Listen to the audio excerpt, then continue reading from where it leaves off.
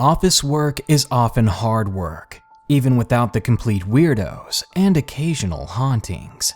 But at least we can play our favorite shows on the computer when the bosses aren't looking. Thanks to Verve sponsoring this video, that is now much easier. If you're not using Verve now, you're missing out, because it brings all your favorite channels together into one place with one affordable price. Instead of paying nearly $40 for everything, for just $10 a month, you get Crunchyroll, Funimation, and now Shudder, which I'm currently addicted to. And that's to name a few.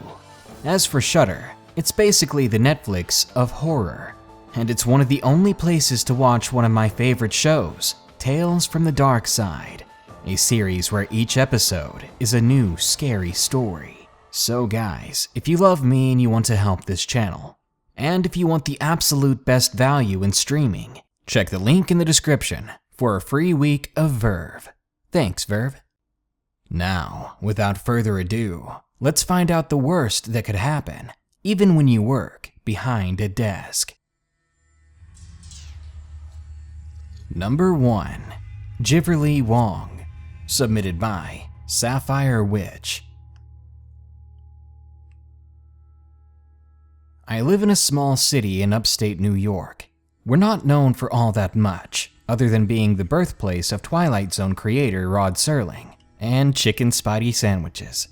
But we've made CNN a few times, and for all the wrong reasons. Here is one of those stories.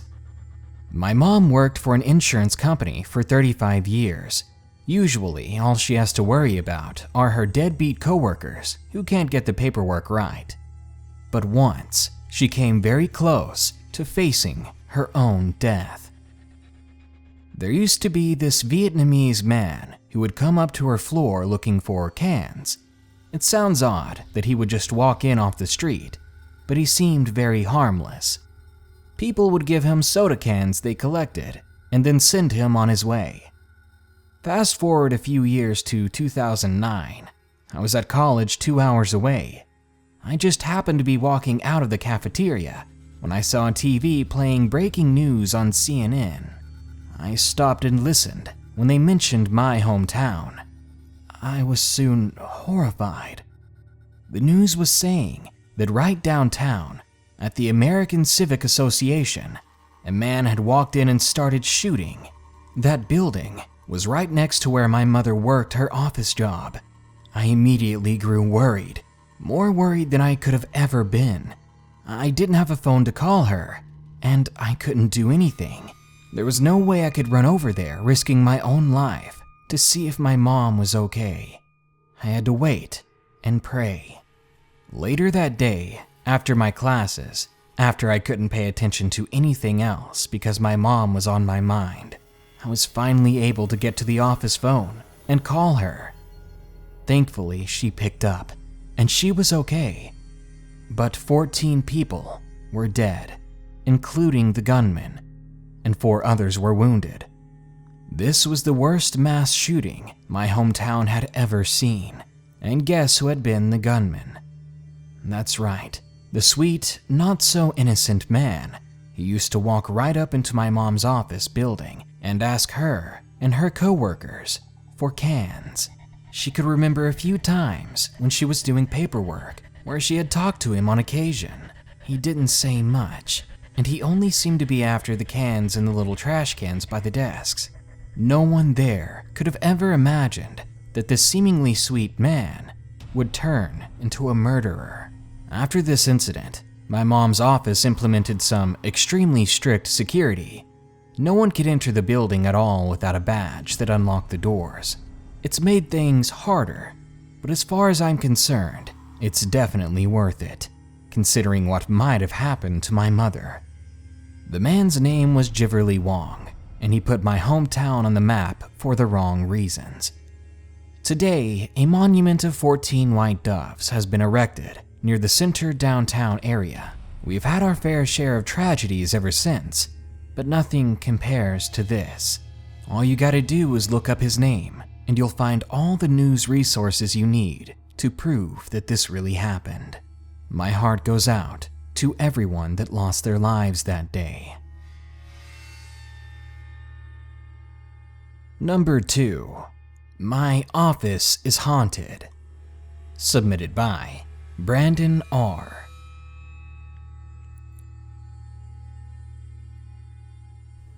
This is a story that happened to some coworkers of mine. In May of 2016, a nice old lady who worked in our customer service, Elaine, died all of a sudden and was found in her driveway dead. We worked at an office building, and there were multiple different departments in it. Some weeks after her passing, this cute redhead in my department, let's call her Mandy, was with my cousin who's my supervisor. Let's call him Dom. It was just the two of them that night at the office. Well, Mandy was busy handing work out up front to people's desks for them to do the next day when they arrived, when all of a sudden, she began to hear someone humming, coming from Elaine's desk. Remember, Elaine had died. Nobody was in that area except Mandy, as everybody who works up front was already home. If it were me in that situation, I definitely would have soiled myself. Well, a few months go by, and this other old lady named Christine came back from being gone one day. She had a long history with cancer, and unfortunately she was given until February 2017 to live, and she died a few months after Elaine died. One day, in what is known as the Smurfit department, this lady Doreen was communicating to my mom, who works in the room across doing banking and accounting. And they were talking about how they miss Elaine, how it was a tragedy that she passed. Right during their conversation, Doreen looked up to see Elaine's face staring right at her, and then she saw Elaine walk into customer service, right up to her old desk. Her mouth was wide open when she saw this. The next moment when she blinked, Elaine was gone, and everything was back to normal. She had no idea how to explain what had just happened. There was no mistaking that that was Elaine. They had practically been face to face. This last experience concerns me. One morning, I was working as I had the 8 to 4 shifts daily, and my friend Mike, who I always talk with about video games and such, was working there too. It was just us two in our department. Everything was fine, until at the worst time I decided to look on the other side of the room away from me. I don't know why I did, but I definitely regretted it. There was a broom on that side of the room. It was standing against the wall, where someone had left it. Then I swear, I'm not lying about this, it began moving left and right on its own, and I didn't see anything run past it. There was no one else there, but it kept doing it. Left, then right. It almost looked like someone was cleaning with it. I was beyond creeped out. So I told Mike, but he just thought I was nuts or trying to prank him. To this day, he still doesn't believe what I saw. Our department is the scan center, and it's one of the very first original places on Long Island to ever be able to scan documents for companies that work with us. Our clientele includes Google, Apple, Hallmark, and many others. And it's the last place I ever expected to be haunted.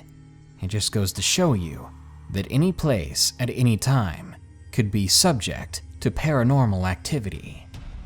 Personally, I hope I never see any ghosts of the two ladies who used to work there. What's scary is one day I told Doreen about the broom I saw in my department, and I asked her if Elaine or Christine were very clean people, and she said no. So what I saw was possibly a different spirit altogether.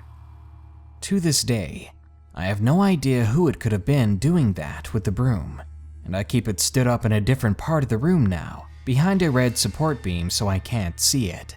Whether it's a haunted broom or the ghost of a coworker long past trying to get some work done, I just don't want to be a part of it.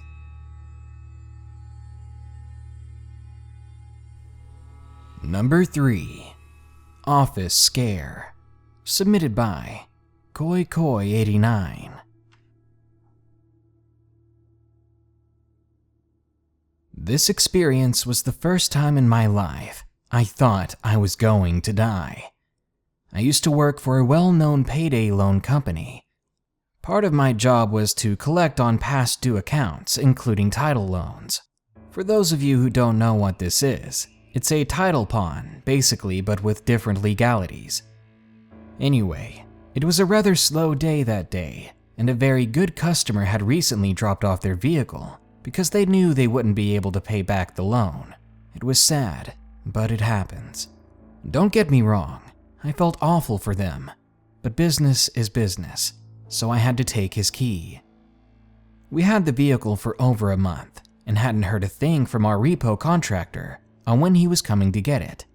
A few days go by, and there is another unusually slow day. I was sitting at my boss's desk, making calls to such and such places, when a quad cab Chevy whipped into the handicap spot directly in front of the glass doors of our building. I watched as two tall and extremely well-built men wearing black from head to toe, including boots, hat, and sunglasses, stepped out of the truck as if they were on a very important mission. My stomach dropped into my feet when I saw that they both had on a utility belt and they were holstered with guns. Not even bothering to remove their sunglasses, the two huge men stepped right through my door, and I was operating the place alone at this time. I was never more grateful to be at my manager's desk where the panic button was. I smashed it several times, waiting to hear the cock of a gun. I was certain I was about to get robbed, as the older man of the two stood there with a stupid grin on his face, and the other's expression was just blank. Finally, I worked up enough courage to say from the desk, "How can I help you guys today?" Expecting one of them to demand money, or they would shoot me or something cliche like that. Then the two guys began to laugh amongst themselves, as if they'd remembered an inside joke they had just told. It was weird, but the smile on the younger one's face didn't last long. Soon he was back to that blank expression, then occasionally began to lick his lips in front of me. I didn't know if something was wrong with him, or if he was trying to freak me out. I was hoping the cops would get here fast. I grew more terrified by the second. Then the older one spoke again. He said to me in a very menacing voice, his smile creeping even further up his face, "You know what we're here for." At that point, I thought I was going to pass out, to just faint right then and there. At least then I wouldn't be awake for whatever they wanted to do here, with me or with the money. Then the younger one, the weird one, stood up and began to pull something out from behind him. I think at that moment I was sweating bullets. Was it going to be a knife or some other weapon he had hidden behind his jeans? In a flash, he pulled out whatever it was, and I closed my eyes. And the next thing I hear is, "Ma'am? Ma'am, are you okay?" coming from the older guy.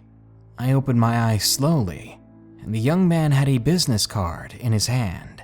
I sighed and immediately felt embarrassed. It was our repo guys picking up the bike that we had been holding on to for at least 2 months. I couldn't believe it. They were here for the surrendered vehicle. After all that, my district manager was pissed, and she gave him her 2 cents about the whole thing.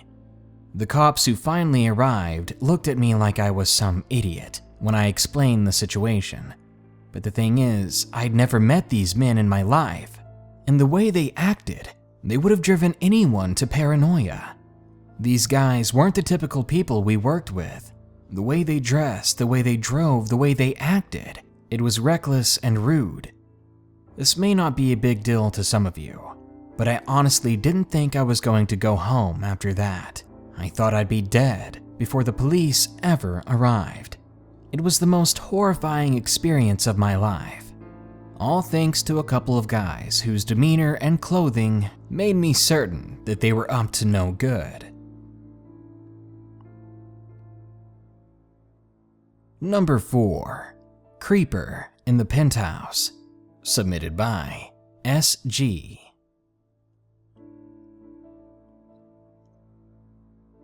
I was at my first job, fresh out of college, after receiving my administration assistant diploma. I'd been at my job for about a year or two when my bosses informed me that they had decided the admin staff needed to grow. My position was growing and more responsibilities were being added to my pile, which was tough, but I welcomed it. After a hefty set of people came in for interviews, I was introduced to the guy they decided to hire. Let's call him James. He was a very short guy who dressed like a stereotypical mob minion from any classic gangster movie. He seemed to be friendly enough, and alarm bells weren't going off when we were introduced. All in all, he seemed like a normal guy. But that would soon change the weeks that followed, as I began to orientate him to the new job, and I trained him on various aspects of the job. It began with just winks and flashing his $1,000,000 smile, as he put it. It quickly progressed to him touching my back, smelling my perfume with an equally creepy, "You smell amazing," and other instances I won't go into. I think you get the idea. Creepy and lame in and of itself, but he had spent so much time staring at my chest while I was training him that he didn't absorb much of the training itself, and every bit of it was important to the job. Weeks turned into months, and he was still asking me how to file invoices, which was the most basic and first thing to learn. One day, I saw him get into his car as I was walking to mine. He waited before pulling out, and when I pulled out to go home, I saw him follow me. I probably shouldn't have drove home, but when I pulled up and got out, he drove up and stopped right in front of my place, and he either snapped some pictures or recorded a video on his phone of my home. Without a word or even a smile, he rolled up his window and drove away. At work, I began to see him more and more, no matter how much I tried to avoid him. And with every encounter, he would just talk less, until it got to the point where he wasn't speaking at all and just stood around me, looking me up and down like some piece of meat. It creeped me out so bad that I was too scared to say anything. If he would follow me home and blatantly film me where I live, what else would he do if he knew I was going to get him in trouble? I'm sorry if this was wrong, but I didn't want to find out. But I had my own way of dealing with it, so I let my bosses know that I was looking for employment elsewhere, and I would need time to attend any interviews I would be called in for. James was gone for that day, so I figured he would hear through the grapevine eventually. I was willing to do anything to not be around him anymore. A few days later, I arrived at the office a few hours after my usual start time, as I had gone to a job interview. One of my bosses pulled me aside and let me know that with the prospect of me leaving, James submitted his 2-week notice. Apparently, he didn't want to work there if I wasn't going to be. Not only that, but apparently he had been scouted for another job with a different company somewhere in the building. Finally, the emotions that were building up over the past few months were let loose, and I let both of my bosses know exactly what had been going on. Just the shoddy job performance stuff, not the harassment and stalking. They gave me a $3 an hour raise to keep me with them, and I didn't end up getting the job I'd interviewed for anyway. I was just glad that I didn't have to see him in that office anymore. Part of me wishes I would have done something, as guys like that need to know that their behavior is bad, that the way they act is basically something from a scary movie. Anytime a person makes you fear for your own safety and security, they need to change what they're doing before something bad happens. I believe a lesson can be learned from this for young women entering the corporate world. Know your worth and don't be afraid to stand up to yourself. You're not the one that should be embarrassed when someone treats you like you're some sort of prey animal in the Congo. As for James, I hope we never meet again. Number 5. Room 7. Submitted by Dallas F.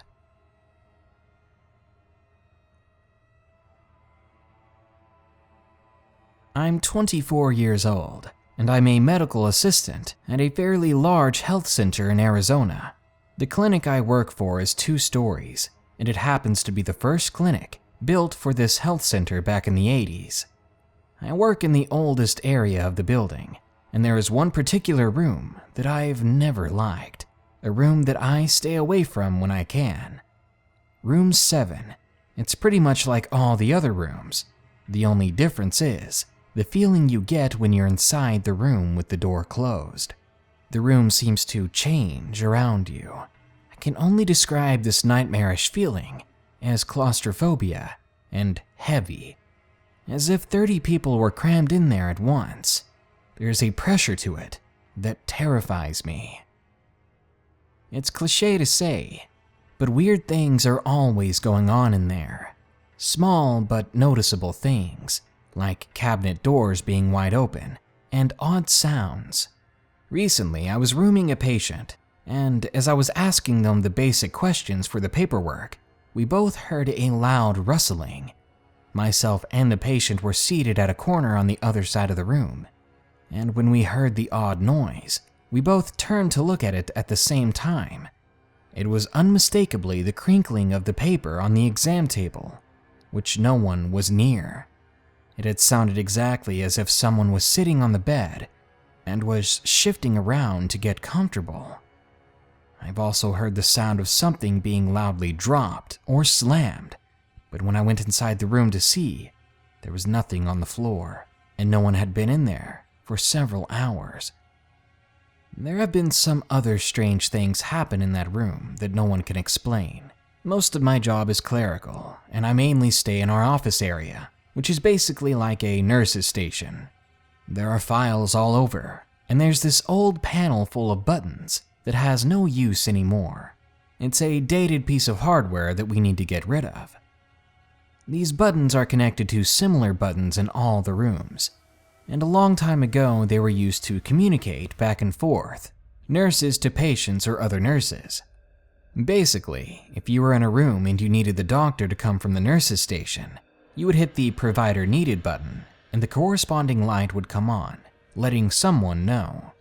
Again, we don't use this panel anymore, because we have laptops, Skype, cell phones, and an intercom. It's not really needed. Anyway, the light for room 7 always turns on at the weirdest times. The panel is set into the far wall where it isn't easy to bump the buttons by accident. It could just be that the wiring is broken in the panel, but the odd thing is that room 7's button is the only one that appears to be broken, if that's the case. Absolutely none of the other room's buttons ever malfunction. We've raised the panel before and examined the wiring, and nothing appears wrong. But who knows, I'm no electrician. It's gotten to the point where we just ignore that light when it comes on. There's no pattern to it, it's just completely random, and albeit a little bit creepy. I always wonder what entity is trying to beckon us back to the room. The incident that really shook me happened a couple of weeks ago. I'd been inside the same room with a patient, taking their vitals. When I sat down again to enter them into my computer, my cursor began to act weird. I hadn't even touched the mouse yet, but the cursor was moving in a downward slant to the bottom left of the screen. I wiggled the mouse myself, but the cursor kept going. Eventually, I had to lock the screen and turn the mouse off and unplug it before it would finally stop. So after that weirdness, I keep entering the information like I usually do. Everything works normally for a while, until I go to change the status of the patient to ready for provider, and I can barely explain what happened next. But I would move the mouse, and then it would jump to a completely different part of the screen. Our laptops were touchscreens, so to me it was like someone had been tapping the screen, screwing with my cursor on purpose. At this point, I was really weirded out, so I just got all my stuff and told the patient that the doctor would be with them soon. As I'm pulling the vital machine to the door, I kid you not, I feel a hard tug on the sleeve of my scrubs, and not only do I feel it, I see it. I see the impressions of a hand and the pull of the cloth of my uniform. I'm so surprised and horrified by this that I fall to the floor trying to back away from it. The patient is just looking at me as I lay there in the doorway, probably thinking that I need to be the patient instead. I pick myself up, now sweating bullets, and I tell him that everything's fine. And then I leave the vital machine, go get a different nurse to grab it, and go about my business the rest of the day, trying my best to avoid room 7. And if you still doubt that the mouse and the computer going haywire was something else, let's just say that every other person that's used that same vital machine and mouse hasn't had a single problem with it since then. And believe me, I've asked. I've been asking everyone I can if they've had similar happenings in room 7. Aside from the room 7 light always being on, another MA said that she walked by the room one day and saw that the curtain was being pulled around the bed, that she could even see the shadow of a hand pulling the side of the curtain. She asked who was there, because the door was open and she could shut the door for them for privacy. When no one answered, she walked up to the curtain and peeked behind it, and that's when she saw that she was alone in that room. The female PA we work with told me that she'd felt a weird prickling sensation on the back of her shoulders, and at one point, someone yanked on her ponytail when she was in room 7. I'm glad it's not just me that's been noticing these things. I hate to say it, but it all actually intrigues me. It usually isn't common for people to die at their doctor's office, but we have had rapid responses all the time. If we aren't vigilant, someone could easily pass away on us. It really makes me wonder about the history of our building, and more specifically, if there's been a tragedy in room 7.